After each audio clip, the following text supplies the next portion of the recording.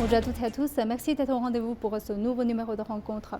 Aujourd'hui, nous allons parler des enjeux environnementaux auxquels le monde fait face. Et nous avons le plaisir de recevoir aujourd'hui par visioconférence depuis Bonn en Allemagne, M. Ibrahim Thiaw, secrétaire exécutif de la Convention des Nations Unies sur la lutte contre la désertification.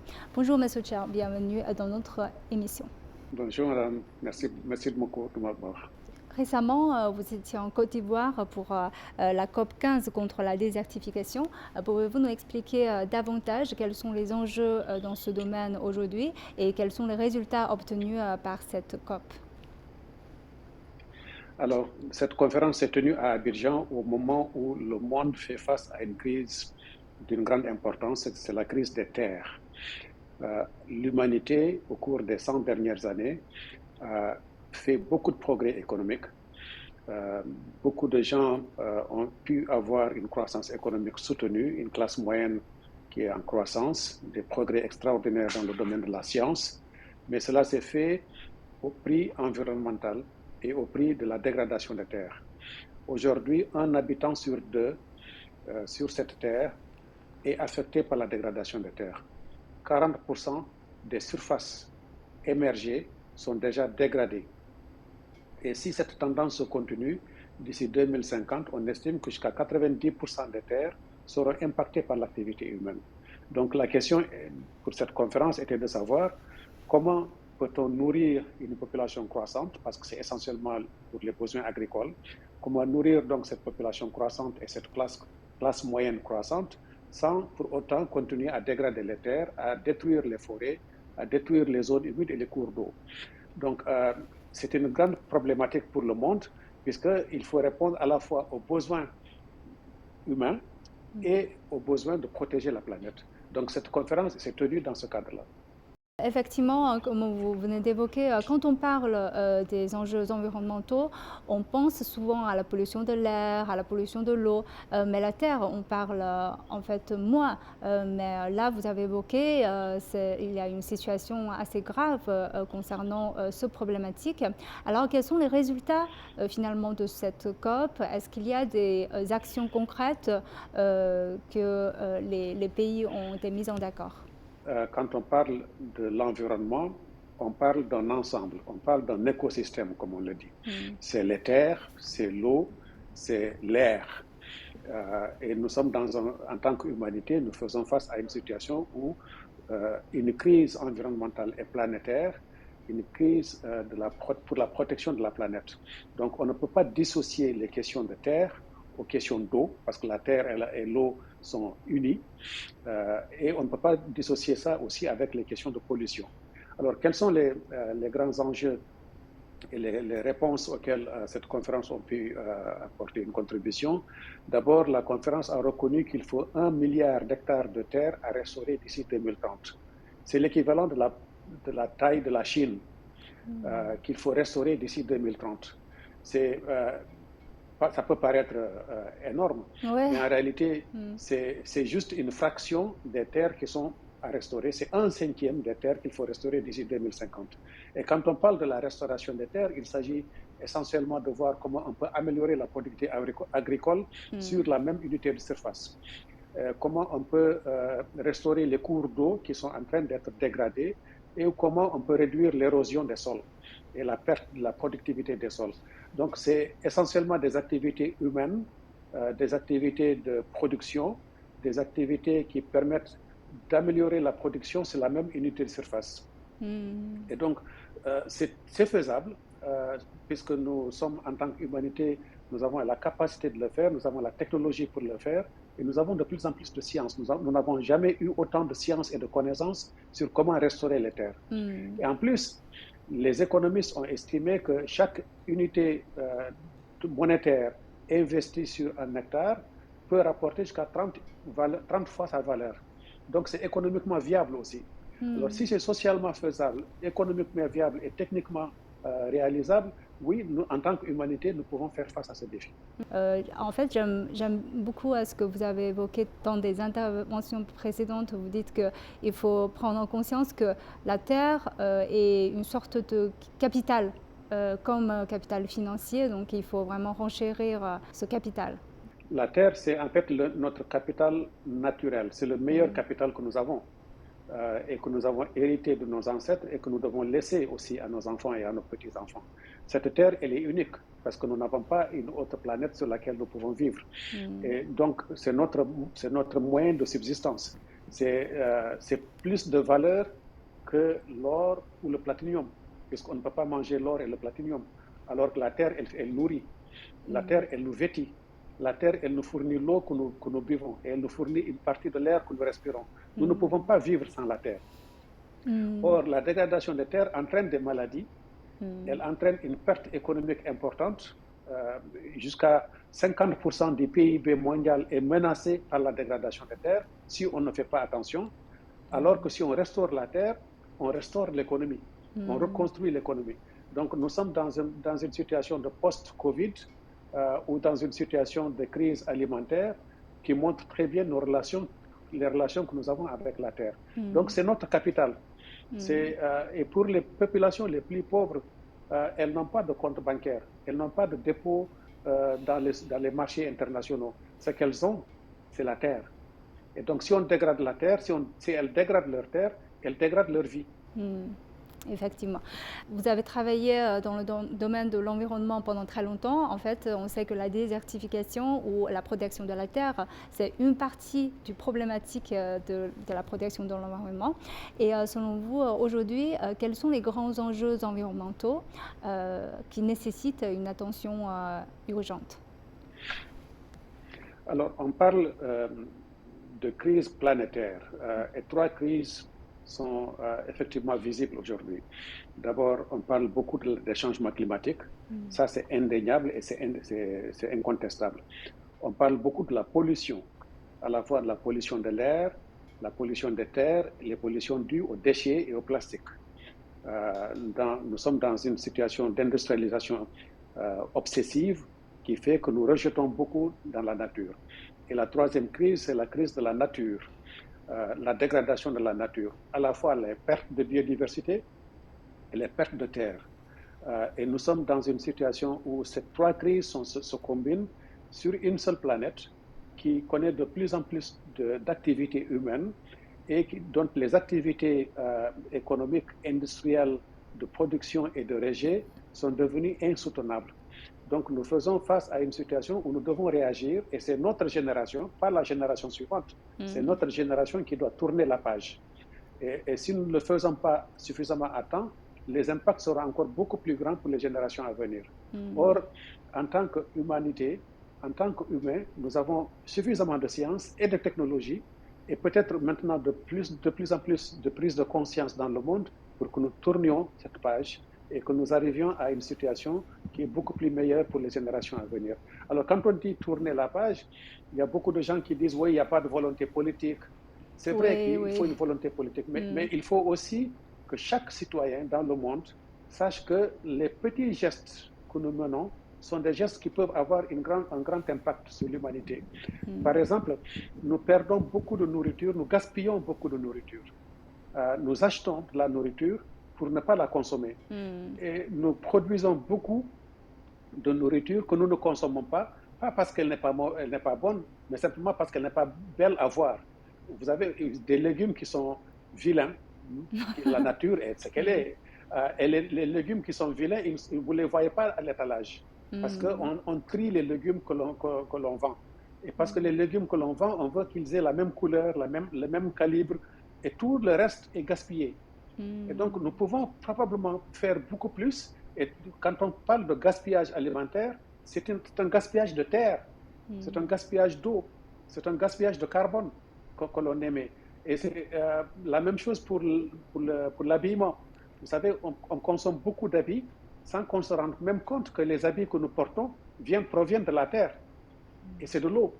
Et donc, si nous gaspillons beaucoup d'habits ou nous achetons beaucoup d'habits que nous ne portons pas ou que nous ne portons qu'une seule fois ou deux, ça veut dire que nous gaspillons aussi des ressources. Donc, chaque citoyen a son rôle à jouer, en plus, bien sûr, des décisions qui doivent être prises par les gouvernements pour mettre davantage de régulation et en particulier pour réduire ce qu'on appelle les harmful subsidies, c'est les subsides que l'on donne et qui contribuent à émettre du carbone qui contribuent à produire du pétrole ou à consommer des produits pétroliers et qui contribuent à dégrader les terres.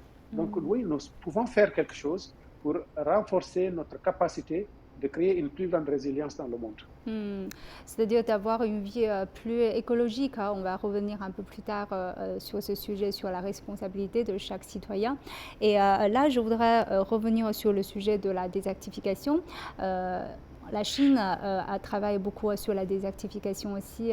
Donc, comment aujourd'hui l'effort de la Chine dans ce domaine rejoint-il aux efforts internationaux dans ce domaine? Alors, la Chine est un pays très vaste, évidemment, avec beaucoup d'écosystèmes, dont des écosystèmes arides. Il y a des déserts extraordinairement larges en Chine, à la fois des déserts secs d'ailleurs et des déserts plutôt rocailleux. Et c'est un pays qui fait énormément d'efforts. Et c'est peut-être un des pays qui fait le plus grand effort au niveau national en matière de restauration des terres. On a vu ce que c'est que la Grande Muraille Verte de Chine. On a vu, j'ai personnellement vu des efforts qui ont été faits dans le désert de Taklamakan. Et il y a aussi les déserts plus ou moins rocailleux que l'on trouve au centre-sud de la Chine. Donc, c'est un pays qui fait beaucoup d'efforts.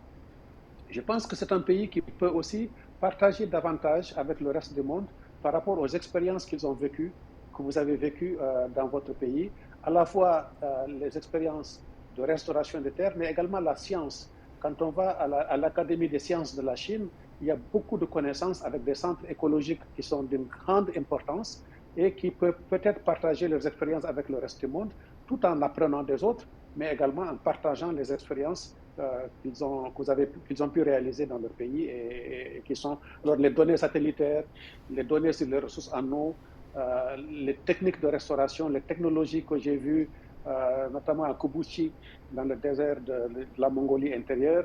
C'est des efforts extraordinaires qui peuvent peut-être être partagés avec le reste du monde. En fait, effectivement, vous êtes venu plusieurs fois en Chine et vous travaillez beaucoup avec vos homologues chinois aussi.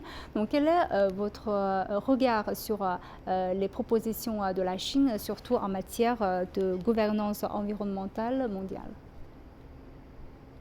Alors, on sait que c'est un pays qui est assez avancé dans ses réflexions intérieures.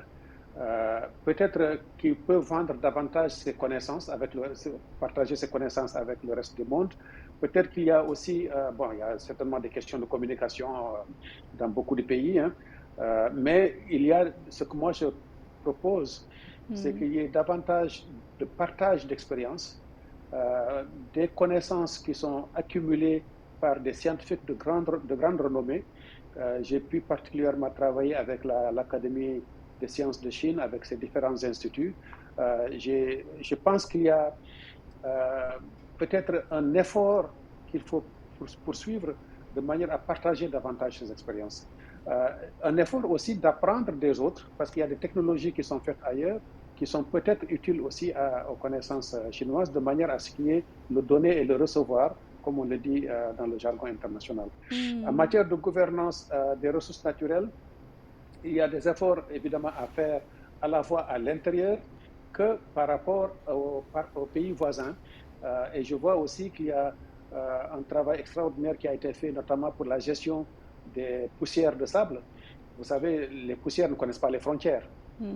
Ils peuvent être originaires d'une zone et aller dans une zone beaucoup plus lointaine. Or, les vents de sable sont de plus en plus fréquents et plus les écosystèmes sont dégradés, plus les poussières de sable s'envolent et vont à des milliers de kilomètres à l'extérieur. Donc ça, c'est aussi des questions qui doivent être gérées en même temps que les cours d'eau partagés, en même temps que les terres de parcours partagées, les pâturages partagés entre plusieurs pays. Donc, il y a un effort international à faire et aucun pays ne peut résoudre ces questions-là à l'intérieur de son territoire politique. Il y a un effort international à faire avec les pays voisins et avec les régions voisines et le reste du monde.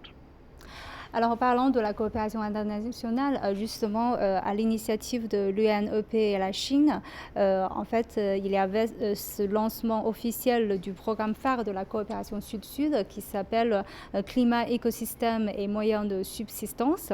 Alors, en 2016, Maintenant, en fait, ce programme a été divisé par plusieurs étapes. Donc aujourd'hui, où en est-on dans ce programme et quelles sont les retombées qu'on peut voir jusqu'ici? Alors, c'est une question qui est probablement mieux répondue par les responsables du programme des Nations Unies pour l'environnement. Mm. Je pense qu'il y a un effort extraordinaire qui a été fait, mais les bilans sont probablement mieux rendus par les responsables de cette institution elle-même. Je sais qu'il y a la semaine prochaine déjà Stockholm plus 50 et les responsables du programme des Nations Unies pour l'environnement seront là, le reste du monde sera là, et c'est probablement des questions qui vont être à l'ordre du jour. Hmm. Alors, en fait, vous avez travaillé beaucoup sur la question de la campagne dans votre carrière. Et justement, dans ce matière, le président chinois Xi Jinping a annoncé justement au sujet de la revitalisation de la campagne chinoise, cette phrase, il a fait une métaphore entre des montagnes vertes et une montagne d'or, en fait, pour dire que la nature veut son pesant d'or. Donc, quel est votre regard sur cette orientation du développement de la campagne chinoise et est-ce que vous avez des expériences là-dedans pour partager avec nos téléspectateurs? Alors, j'aime bien cette métaphore parce que c'est une forme de communication assez simple. Euh, de sa fenêtre, on doit voir les montagnes. Donc, il ne faut pas que la pollution obstrue la vue. De sa fenêtre, on doit voir l'eau qui coule, l'eau propre, donc pas de l'eau brunâtre ou de l'eau polluée. Et de sa fenêtre, on doit voir la nature avec une végétation luxuriante. Donc c'est une très belle métaphore et je pense que la vision qui est derrière, elle reflète aussi la volonté de restaurer le milieu naturel, de gérer l'espace naturel et de reconnaître que la croissance économique ne doit pas se faire au détriment de la protection de la nature. Puisqu'on ne peut pas vivre sans la nature, on ne peut pas vivre sans le milieu naturel. Et en tant qu'humains, nous devons trouver une harmonie entre le développement économique et la protection du milieu naturel. Hmm. Alors, revenons un peu à ce que vous avez dit au début de notre mission, c'est-à-dire la responsabilité de chaque citoyen. Vous avez évoqué plusieurs exemples et en fait, j'ai vu, vous avez reçu beaucoup d'interviews par des individus qui militent aussi pour l'environnement et vous avez fait beaucoup d'interventions sur les responsabilités et le moyen de chacun pour contribuer à la protection de l'environnement. Donc, pouvez-vous nous détailler davantage, surtout, comment voyez-vous la participation des jeunes aujourd'hui dans cette lutte contre le changement climatique, dans la protection de l'environnement? Alors, la protection de l'environnement, vous pouvez l'assimiler à une urne de vote. Chaque citoyen a une carte et le vote de chaque citoyen compte. C'est à peu près ça la métaphore que je donnerai pour la protection de l'environnement. Il ne peut pas y avoir des millions de gens quelque part qui ne font rien et d'autres millions de gens qui viennent pour ramasser leurs poubelles. Vous voyez ce que je veux dire? Donc, il faut que chacun balaye devant sa porte, comme dit l'expression en français. Et donc, il est important que chaque citoyen joue son rôle. Il est important que chaque pays joue son rôle. On ne peut pas avoir un pays qui n'est pas bien géré sur le plan environnemental et des citoyens qui viennent d'un autre pays pour faire ce travail-là à leur place. Donc c'est un travail qui doit être collectif, c'est un travail qui doit être complémentaire, de manière à ce que chacun joue son rôle essentiellement. Alors c'est très encourageant de voir que la jeunesse d'à travers le monde est très intéressée par ces questions-là parce que c'est leur avenir. Cette planète, on va la léguer à des gens qui sont conscients et peut-être même inquiets, à tel point d'ailleurs qu'il y a une nouvelle maladie qu'on appelle l'éco-anxiété. Des gens qui commencent maintenant à rêver d'un monde mauvais, à avoir des idées extrêmement dangereuses par rapport au monde dans lequel ils doivent évoluer.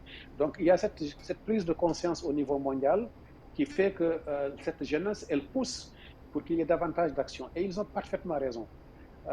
Le monde dans lequel l'on vit, alors il ne faut pas attendre que cette génération arrive au pouvoir avant de commencer. Il faut maintenant commencer.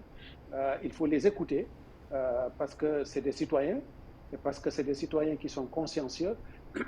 C'est des citoyens qui veulent faire du bien, pour l'humanité.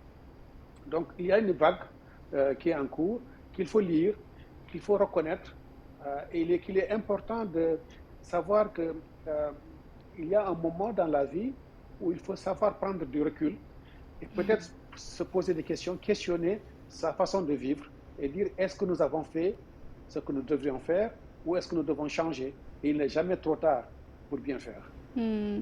Alors, on va parler un peu de votre expérience en Afrique parce que vous avez beaucoup milité aussi pour la protection de l'environnement, surtout de la terre en Afrique. Donc, pouvez-vous nous partager un peu votre expérience dans ce domaine, la situation un peu de l'Afrique et on a dit tout à l'heure la participation des jeunes parce qu'on sait qu'aujourd'hui en Afrique la proportion des jeunes en fait est très importante. Donc quelle est la situation en Afrique et quel est votre souhait pour le continent que vous avez un grand attachement? Alors, comparer la Chine à l'Afrique, c'est à peu près le même nombre d'habitants en ce moment. Il y a autant d'Africains que de Chinois. La différence dans la démographie, c'est que les Africains sont beaucoup plus jeunes. Il y a une poussée démographique extrêmement importante. Et donc, dans quelques années, probablement, la population africaine va dépasser la population chinoise. Or, nous sommes dans une situation où, pour l'instant, il y a encore de l'espace pour tout le monde en Afrique, en gros. Mais avec la poussée démographique et avec la demande croissante en ressources naturelles, pas seulement pour les Africains, mais pour le reste du monde, parce que l'Afrique constitue aujourd'hui un grand chantier pour l'ensemble de l'humanité. Et ce qu'on peut craindre, c'est que la dégradation de la nature se fasse tellement rapidement qu'on ne la voit pas venir. Et comme une maladie qui est en fait une maladie silencieuse, quand elle tape à la porte, il est déjà trop tard. C'est un peu ça la métaphore que je vois. Donc, il est très important qu'on prenne conscience de cette situation et que l'on arrête de miner, d'exploiter de manière minière les ressources naturelles. Vous savez, au cours des 70 dernières années, on a estimé que 65% des terres arables d'Afrique ont été détruites. Or, pendant la même période, la population a été multipliée par 600%. Donc, où va cette population? Où va cette jeunesse? Et comment la nourrir? Comment répondre à l'ensemble de ses besoins en nourriture, en eau, en vêtements, tout en faisant aussi le commerce avec le reste du monde. Donc, la problématique, elle est très importante. Et nous sommes dans une situation où beaucoup de biens et services dans le monde proviennent du continent africain, même si ce n'est pas forcément bien valorisé, même si les exportations se font encore en matière brute et qu'il n'y a pas de produits manufacturés sur le continent africain. Et c'est cette transformation qu'il faut avoir, produire davantage sur moins d'espace, produire davantage tout en détruisant moins de ressources naturelles, mais surtout arriver à faire la transformation de ces productions de manière à créer de la valeur ajoutée, à créer des chaînes de valeur, à créer des emplois au niveau local, tout en commerçant avec le reste du monde. Donc, fournir au monde les ressources dont elles ont besoin, mais en les transformant sur place et en créant de l'économie en terre africaine, plutôt qu'à utiliser l'Afrique uniquement comme un continent minier et on vient pour miner et pour exporter en matière brute. Donc ça, c'est une transformation qui est nécessaire, qui accompagnera peut-être les besoins du monde en matière de ressources, mais en même temps répondra aux besoins de l'Afrique en matière de développement économique et social. Donc il faut avancer avec prudence. Il faut avancer avec prudence et il faut surtout réfléchir sur une autre façon d'avancer. Donc, changement de paradigme, est-ce qu'on peut dire ça? Changement de paradigme, exactement. Et réfléchir véritablement à une autre façon de produire, de transformer et de consommer. Les modes de production et les modes de consommation que nous avons aujourd'hui dans le monde ne sont pas compatibles avec la nécessité de protéger la planète. La question est de savoir comment on peut continuer à vivre décemment et à vivre bien dans la planète sans détruire les ressources sur lesquelles nous sommes assis. En fait, vous avez donné l'exemple dans une intervention récente sur l'exemple que vous avez pu obtenir en Côte d'Ivoire, c'est-à-dire qu'il y a des gouvernements africains qui ont pris conscience des enjeux, par exemple, sur la terre et qui ont déjà pris des actions là-dessus. Pouvez-vous nous expliquer davantage?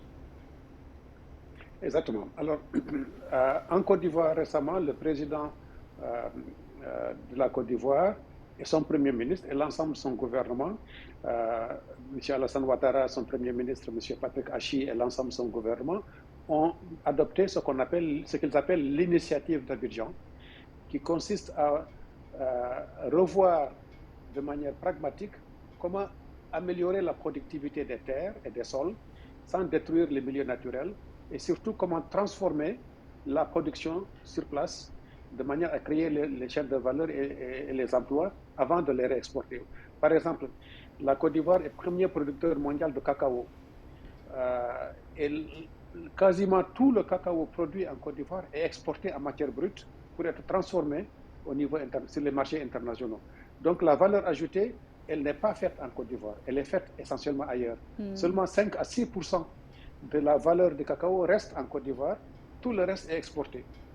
Et bien sûr, il faut satisfaire aux besoins du monde en matière de besoins de cacao, de chocolat et autres produits qui sont si utiles.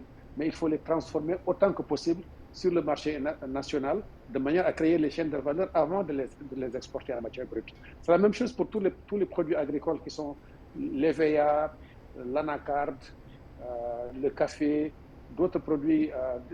La Côte d'Ivoire est un pays agricole, donc l'économie a été bâtie sur la base de la production agricole. Or, aujourd'hui, entre 80 et 90% des forêts de Côte d'Ivoire sont déjà détruites et les sols sont en train de se dégrader. Et donc la question est de savoir, pour le gouvernement ivoirien, était de savoir comment assurer le second souffle à cette économie ivoirienne tout en préservant le capital naturel qui est la fondation même de l'économie ivoirienne. Alors, pour conclure, quels sont vos projets récents ou dans les années à venir, et est-ce que vous avez aussi des souhaits ou des projets en cours avec la Chine que vous pouvez partager avec nous? Alors, deux grandes initiatives sont en cours au niveau mondial. D'abord, c'est de reconnaître que la restauration des terres apporte des solutions multiples à l'humanité, non seulement à la production agricole, mais également à réduire les changements climatiques, puisque si on restaure les terres, on remet le carbone dans la terre, à conserver les ressources en eau, puisque si on restaure les terres, on améliore l'infiltration des sols et on améliore la qualité de l'eau que l'on reçoit en aval. La restauration des terres, ça permet aussi de conserver la biodiversité, de lutter contre la pauvreté et de limiter l'immigration irrégulière. Parce que si la terre ne produit plus, les gens sont obligés de migrer. Ça va de soi. Et donc, la restauration des terres apporte des solutions multiples à l'humanité.